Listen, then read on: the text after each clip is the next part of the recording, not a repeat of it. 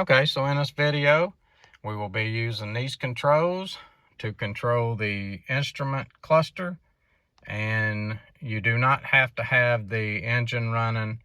You just have to have the ignition on so that you can reset this oil life. So let's get started. Okay, so I got a 2018 Chevy Silverado 5.3, and I'm going to show you how to reset the oil life. So what we've got is, if you're starting out on info or audio, you'll want to go to info.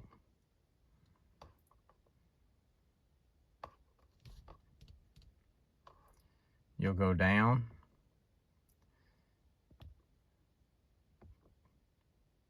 Just keep going down. There you see oil life, 65% remaining. You will push over. You'll see where it says reset. You will push the check mark. It'll come up, are you sure that you want to reset? You will go over to yes. You will push the check mark. And you are back to 100%.